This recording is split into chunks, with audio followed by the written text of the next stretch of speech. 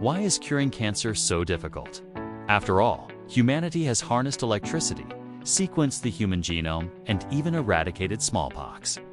Yet, despite billions of dollars in research, we still have a universal cure for a disease that affects more than 14 million people and their families at any given time. Cancer begins when normal cells accumulate mutations. Most of the time, your body can detect these mistakes, repair the DNA, or simply order the damaged cell to self-destruct. But some mutations allow cells to bypass these safety checks. They start dividing uncontrollably, invading nearby tissues, and in some cases, spreading to distant organs. Once cancer spreads or metastasizes, it becomes much harder to treat. And here's the real challenge. Cancer is not just one disease. There are over 100 different types, each with unique behaviors, making it impossible to find a single magic bullet cure. Today, most treatments combine surgery to remove tumors with radiation and chemotherapy to kill the remaining cancer cells. In some cases, doctors also use hormone therapy, immunotherapy, or highly targeted drugs. Many patients do recover, but success is far from guaranteed, and relapse is common.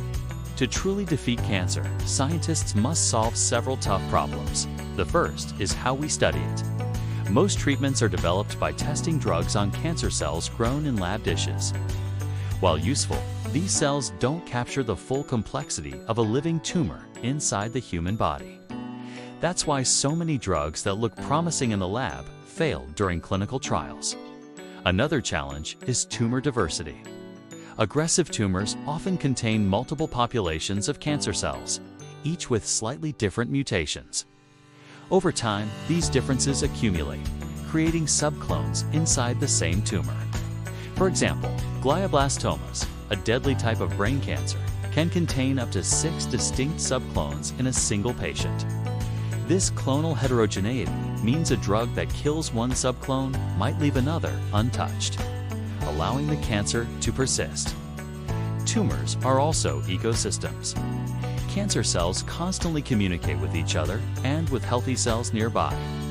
They can trick normal cells into building blood vessels to feed the tumor or clearing away waste products.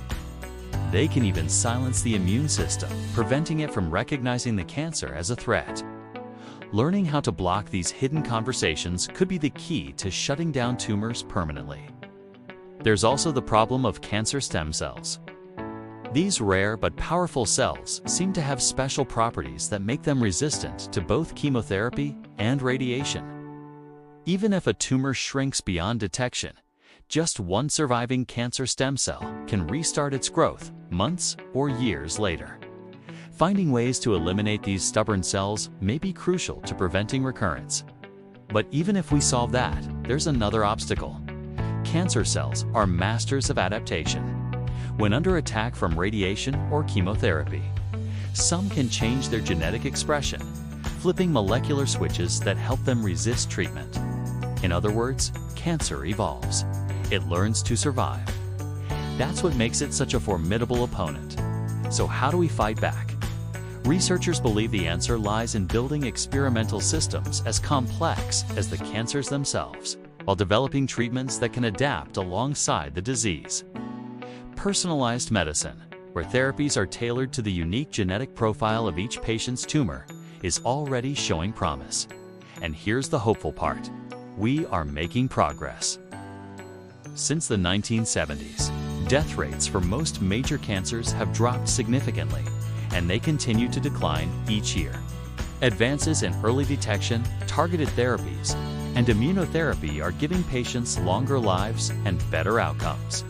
The truth is, curing cancer isn't about one breakthrough about thousands of small victories adding up over time.